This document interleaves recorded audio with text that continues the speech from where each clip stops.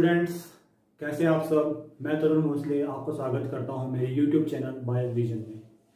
Friends, आज का जो वीडियो लेक्चर है वह एक रैंडम वीडियो लेक्चर है। आज इस वीडियो लेक्चर के थ्रू मैं आपको कोविड-19 और कोरोना वायरस के बारे में एक सही इंफॉर्मेशन देने की कोशिश करूंगा। फ्रेंड्स, जैसा कि आपको पता है, कोविड-19 नोवेल कोरोना वायरस यह एक पेंडेमिक डिजीज है और पूरे वर्ल्ड को इसने अफेक्ट किया हुआ है। लेकिन फ्रेंड्स, इतने ज़्यादा इस डेडली डिजीज के स्प्रेड होने के बावजूद भी कई लोगों में इसको लेकर के मिसकॉन्सेप्शन है।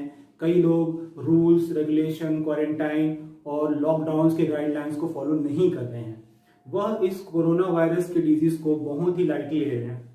ओके, तो मैं अपने वीडियो लेक्चर के माध्यम से उन लोगों को और आप लोगों को एक सही इंफॉर्मेशन, एक सही नॉलेज देने की कोशिश करूंगा, ताकि आप लोगों के मन में जो भी डाउट्स हों या आप लोगों को नहीं पता होगा कि कोरोना वायरस कैसे अफेक्ट करता है एक नॉर्मल ह्यूमंस की लाइफ को। ओके, तो इसलिए इस वीडियो लेक्चर के माध्यम से मैं आपको वो इंफॉर्मेशन देने की कोशिश करूंगा। ओके फ्रेंड्स, ये जो वीडियो लेक्चर है, इस वीडियो लेक्चर को मैं एनिमेशन और इमेजेस के थ्रू आपको एक्सप्लेन करूंगा, ताकि आपको चीजें ज्यादा अच्छे समझ में आ सके। ओके, तो अगर आप सच में इसके बारे में पूरा इंफॉर्मेशन लेना चाहते हैं तो वीडियो को लास्ट तक जरूर देखिएगा। ठीक है, तो चलिए स्टार्ट करते हैं। कोरोना वायरस बेसिकली कोरोनाविरिडी फैमिली से बिलोंग करता है। इसके स्ट्रक्चर को देखने पर यह SARS-CoV-2 से सिमिलैरिटी रखता है। यह मेनली रेस्पिरेटरी सिस्टम को अफेक्ट करता है और इसी वजह से एक्यूट रेस्पिरेटरी सिंड्रोम कॉज होता है। इसके इस स्ट्रक्चर को देखने पर आप देख रहे होंगे, इसके मेम्ब्रेन पे spike glycoprotein S, membrane M protein और E प्रोटीन प्रेजेंट है। यह पूरा स्ट्रक्चर एक इन्वेलप से कवर्ड है और genetic material RNA, single stranded RNA के फॉर्म में प्रेजेंट है। मेम्ब्रेन पे प्रेजेंट स्पाइक ग्लाइकोप्रोटीन S यह मेनली रिस्पॉन्सिबल होता है ह्यूमन रेस्पिरेटरी एपिथेलियल सेल में एंट्री के लिए।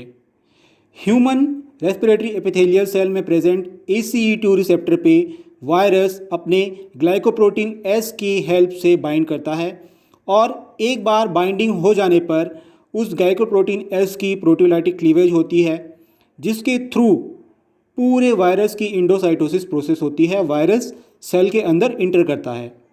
एक बार सेल के अंदर एंट्री हो जाने पर वायरस अपने जेनेटिक मटेरियल और अपने प्रोटीन्स को सेल के साइटोप्लाज्म में रिलीज़ कर देता है।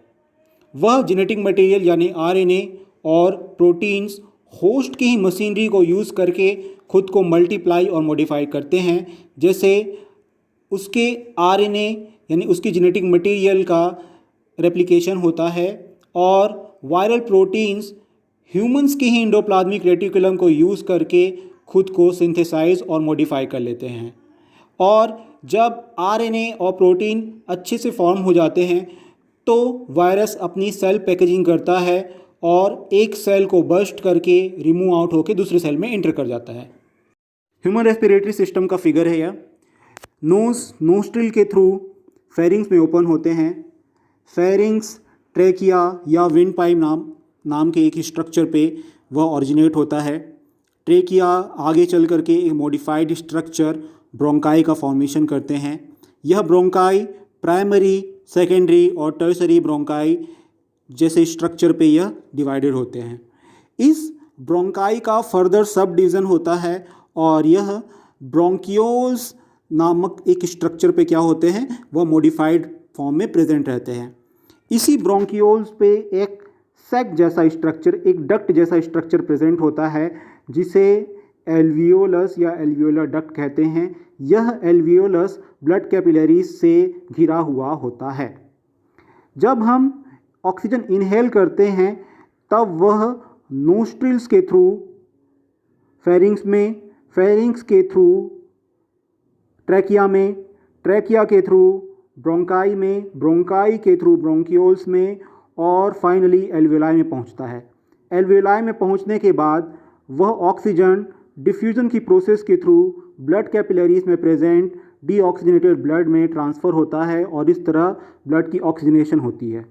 उसी ब्लड कैपिलरीज में जो डीऑक्सीजनेटेड ब्लड है उसका कार्बन डाइऑक्साइड एल्वियोलस में ट्रांसफ़र होता है और एल्वियोलस में ट्रांसफ़र होने के बाद इस तरीके से कार्बन डाइऑक्साइड की रिवर्स प्रोसेसिंग होती है। वह एल्वियोलाई से लेकर के नोस्ट्रिल तक वापस मूव करता है और कार्बन डाइऑक्साइड वापस इन्वायरमेंट में रिलीज़ होता है। गैसेस एक्सचेंज बहुत ज़रूरी है ब्लड ऑक्सीजनेशन करने के लिए, सेल वायबिलिटी मेंटेनेंस करने के लिए, सेल को ऑक्सीजन सप्लाई करने के लिए, ब्रेन को ऑक्सीजन सप्लाई करने के लिए। हमारे लंग्स और हमारे ब्रोंकियोल्स में म्यूकस भरा हुआ होता है और इस म्यूकस में इम्यून सेल्स प्रेजेंट होते हैं। इन इम्यून सेल्स का काम एंटीजन्स को किल करना होता है। कोरोना वायरस बेसिकली हमारे इम्यून सेल्स को सप्रेस करता है, जिससे इम्यून सेल्स की नंबर बहुत ही कम हो जाती है सेल में, और जो एंटीजन्स होते हैं यानी वायरस और बैक्टीरिया वो बहुत ही ज़्यादा बढ़ जाते हैं और इनके बढ़ जाने से हमारे लंग्स, ब्रोंकियोल्स, एल्वियोलस में म्यूकस बहुत ज़्यादा बढ़ जाता है और इसके बढ़ जाने के कारण ब्रोंकियोल्स और एल्वियोलाई में इन्फ्लामेशन हो जाती है।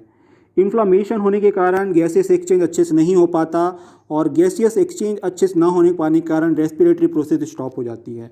रेस्पिरेटरी प्रोसेस नहीं हो पाने के कारण निमोनिया जैसी कंडीशन स्टार्ट हो जाती है और इसी के कारण सिम्टम्स जैसे chest pain, coughing, sneezing, fever ये सब स्टार्ट हो जाता है। इसीलिए अगर प्रॉपर ट्रीटमेंट नहीं मिला तो इन्फेक्शन बढ़ सकता है और इन्फेक्टेड पर्सन के कांटेक्ट में आने से भी इन्फेक्शन बढ़ सकता है। इसीलिए proper treatment, sanitization, social distancing, mask पहनना और लॉकडाउन के गाइडलाइन को फॉलो करना बहुत ज़रूरी है।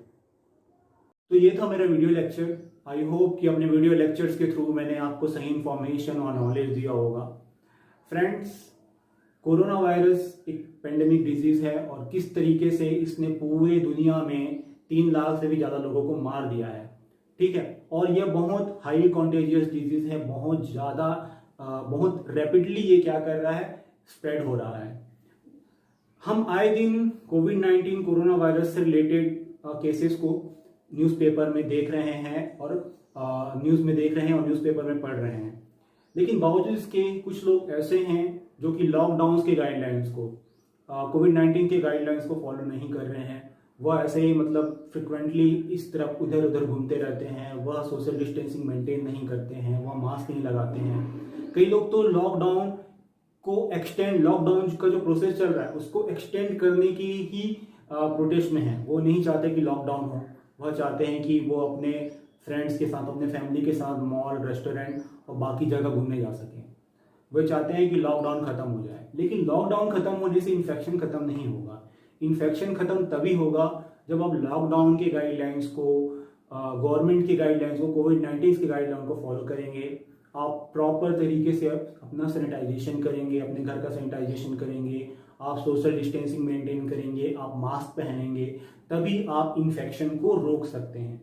और जब इन्फेक्शन बहुत कम हो जाएगा, जब वायरस स्प्रेड नहीं हो पाएगा, तब ही इस लॉकडाउन को खत्म करना सही होगा। अगर उसके पहले अगर इस तरीके से लॉकडाउन खत्म कर दिया गया तो आज तो बहुत ही ज़्यादा केसेस नहीं हैं, लेकिन एक ऐसा समय भी आ जाएगा कि इतने सारे केसेस हो जाएंगे, इतने सारे इन्फेक्टेड पर्सन हो जाएंगे इंडिया में कि हमें और गवर्नमेंट को उसे टैकल करना बहुत मुश्किल हो जाएगा। तो प्लीज़ प्लीज़ प्लीज़ कोविड-19 को लाइटली मत लीजिए, गाइडलाइंस को फॉलो कीजिए, सोशल डिस्टेंसिंग को फॉलो कीजिए, 6 फीट की दूरी बनाए रखिए, मास्क का यूज़ कीजिए, ज़्यादा इधर उधर मत घूमिए, लोगों से ज़्यादा संपर्क में मत आइए, ठीक है।